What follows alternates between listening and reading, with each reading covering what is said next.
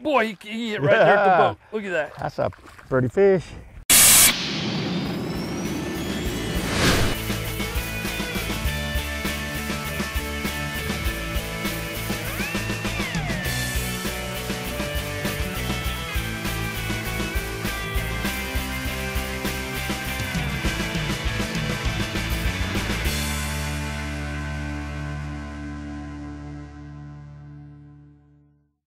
Hey, good morning and welcome to New South Outdoors. I'm J.R. Mundinger here at beautiful Dead Lakes in Gulf County, Florida with the River King, Ira Forehand. We'll be fishing out here today in the Dead Lakes and off the Chipola River. Is that correct? This is the Chipola River that runs through here? That is correct. The Chipola River goes down and joins the Apalachicola River. Today we're going to be fishing crankbaits and soft plastic baits. That's what we're going to be doing in the current. That's where the fish will be. That's the key. Hey Ira, one of the baits that I'm going to be throwing today is it's made by a good friend of mine, Michael Wright, up in North Georgia, and it's into the line lure. How do you think that'll work out there? Yeah, well, this bait right here is pretty much the right color out here. The bait, depending on how deep water we're in, you might have to go to a shallower diver, but this will work in a lot of the places, because if you're not bumping anything out there, you're not going to catch fish. Well, I've got that's a beautiful color. I've got my crankbait rod strung with one with 15 and one with 17-pound test, hopefully to keep it up a little bit higher. And I know we're fishing around a lot of snags, so we'll know by the end of the day whether or not let's put them in the boat. That color will put them in the boat, and I got several places that we'll fish. We'll be using it. Okay, we're ready to go. All right then.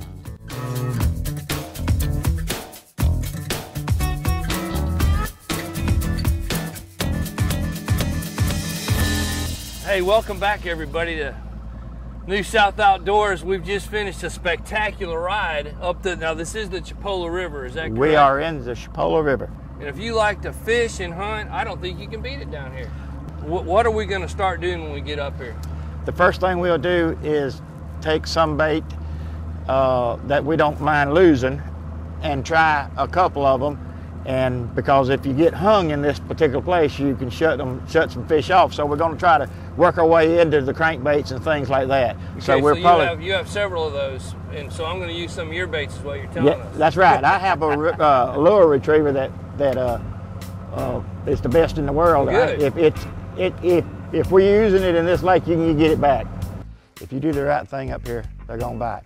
Now I've used buzz baits right in the middle of the day. Oh yeah, yeah. I took. There he is. Ooh, see what I'm talking about? He didn't hit the crankbait. Little itty bitty one, about 7 pounds. Well, folks, we've been fishing for exactly 33 seconds. And he might not be big, but it's a great way to start the day. This is kind of a universal rig for here in Florida. I Texas rig this. This is a Zoom speed worm. And the weight I use with this is a Gambler screw-in weight.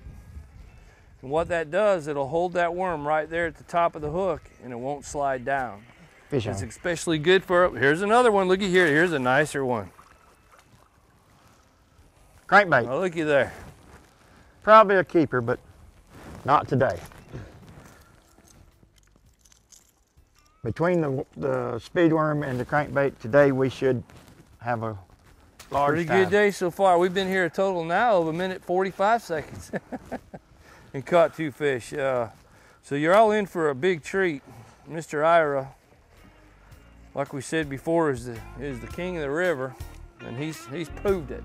Pretty much in all lakes and rivers in Florida, you have your bream, called different things. We were talking earlier about kind of fish, and they're really prevalent on Lake Jackson also. A warmouth. And these things are so aggressive, and some of them weigh, I've caught them up to a pound before. You ever caught any that big? Yes, you catch a lot of them here. Matter of fact, that's what we're catching now, all big ones. When we do, they look as big as the bass that we just caught, or bigger. So it keeps you on your toes throughout the day. they'll hit like that one right there. Oh. See, that was probably a warmouth. They really like to plan on bringing, if you do come up here and you want to bring your speed worm or your worm, make sure you bring 30 or 40 of them because they'll eat them tails left and right. There he is, Lou. See. Yes, I saw Oh, he hit when it hit the water. Yes, he did. I saw that. I didn't throw my crankbait up there. Let's try that again. The chance of getting hung and messing our fishing trip up was great. He is right up on top. I can see the stump. Another good tip is polarized glasses. Oh, I don't know what you'd do up here if you didn't have it. If you're serious about fishing at all, you really need a pair of polarized glasses. I could see that stump underwater. I'm about 25 feet away from it.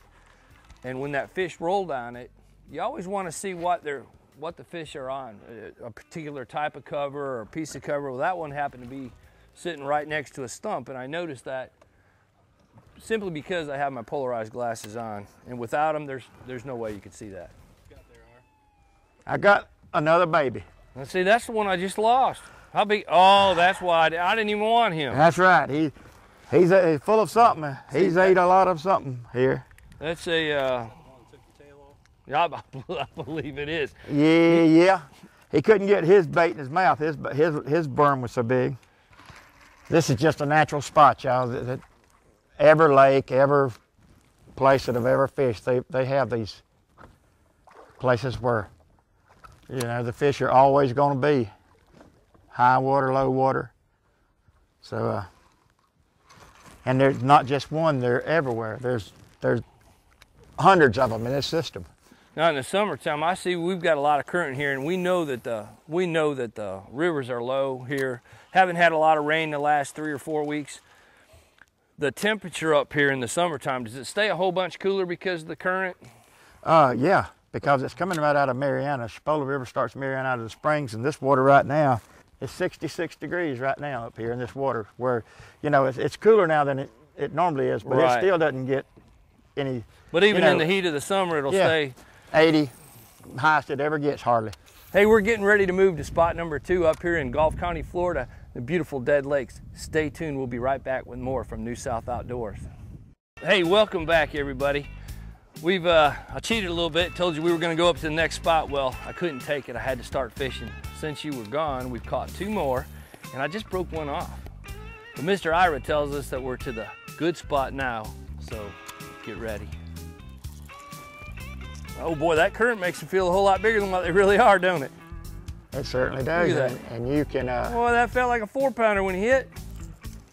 He's really only 2.5 pounds now. I can't lie to people at home. Well, there's a bunch of them up here, ain't there? There will be a good year next year and the following year because of the high water we've had the last couple of years. We have all these small fish everywhere. You have, if you're not fishing, like right here, there's another fish on right now, but he's a small one.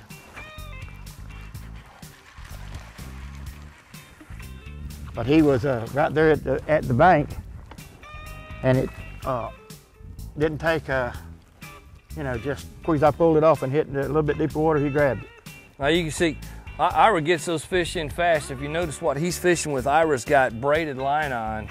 And what we're fishing up here is a lot of tangles, a lot of snags, a lot of stumps. You can see all the old dead cypress trees up here. It's very important. It also enables him to, when a fish does take the bait, like mine before got stuck, I've got mono, I've got 17-pound, 100% trilene fluorocarbon. I was using, I'm not sure, what 40. 40-pound Power Pro? What do you have on there? This is Power Pro. Power Pro? That's a good line. I use Power Pro quite a bit for my frogs and such, but the difference is, and then he gets them coming to the boat a lot quicker. I was a tournament fisherman. Once he gets them out, gets them in the boat. No playing. No time to play out here.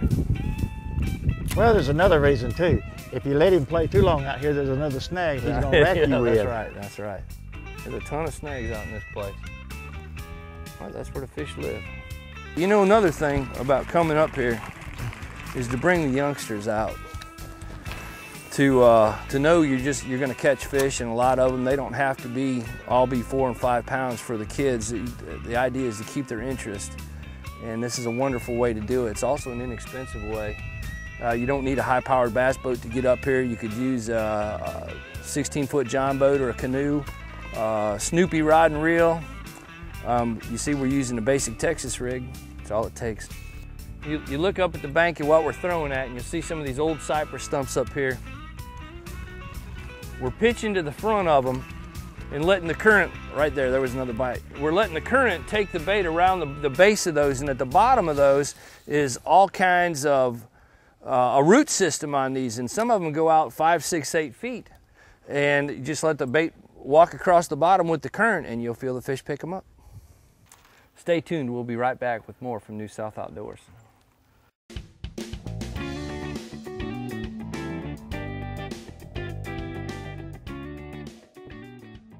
You know, winning the Bassmasters Classic in Pittsburgh, I had my whole family there, my mom and dad, my in-laws, my brothers, sisters, my kids, my wife, everybody was there, and it was such a tough event.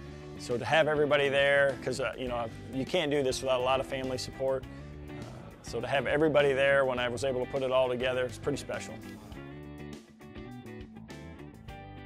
I caught an 11-pound, 13-ounce bass at Lake Lewisville in Texas a few years ago in a Bassmaster event. And I mean, that fish looked like, to me, if I'd have lost it, I would have said it was 14 or 15 pounds. It was just one of those fish that was just giant. So to be able to catch that fish in a tournament where you get to put it in to the crowd and on the scales was really awesome. I've fished all over the world. I've fished in Costa Rica, I've fished in South America for peacock bass, I've fished in Spain for largemouth bass, Canada, Mexico. I've got to see a lot of cool places and you know, experience some neat things. So that trip to Spain to fish a bass tournament over there was really pretty interesting, because just to see how bass fishing's progressing in Europe compared to the US, it was an eye-opening experience.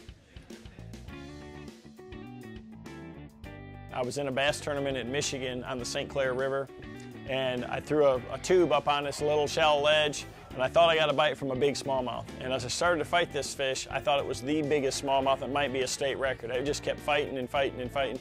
I'd pull it up and it'd pull me down. I'd pull it up and pull me down. Well, eventually, I finally got it up, and it was a pipe wrench hooked to the thing, and just in the current, when I had it hooked, it would kind of wobble. I'd pull it up and it'd fall back down, and I thought I had a giant smallmouth, and it was a pipe wrench. I never dreamed of being a professional angler at all. I never really knew what I wanted to do. I went through college and really wasn't sure. I knew that I loved to bass fish, and I wanted to try to compete to see, you know, how the guys that were at the top of the sport, just how good they were, but I never dreamed that I could make a living at it. It's been awesome.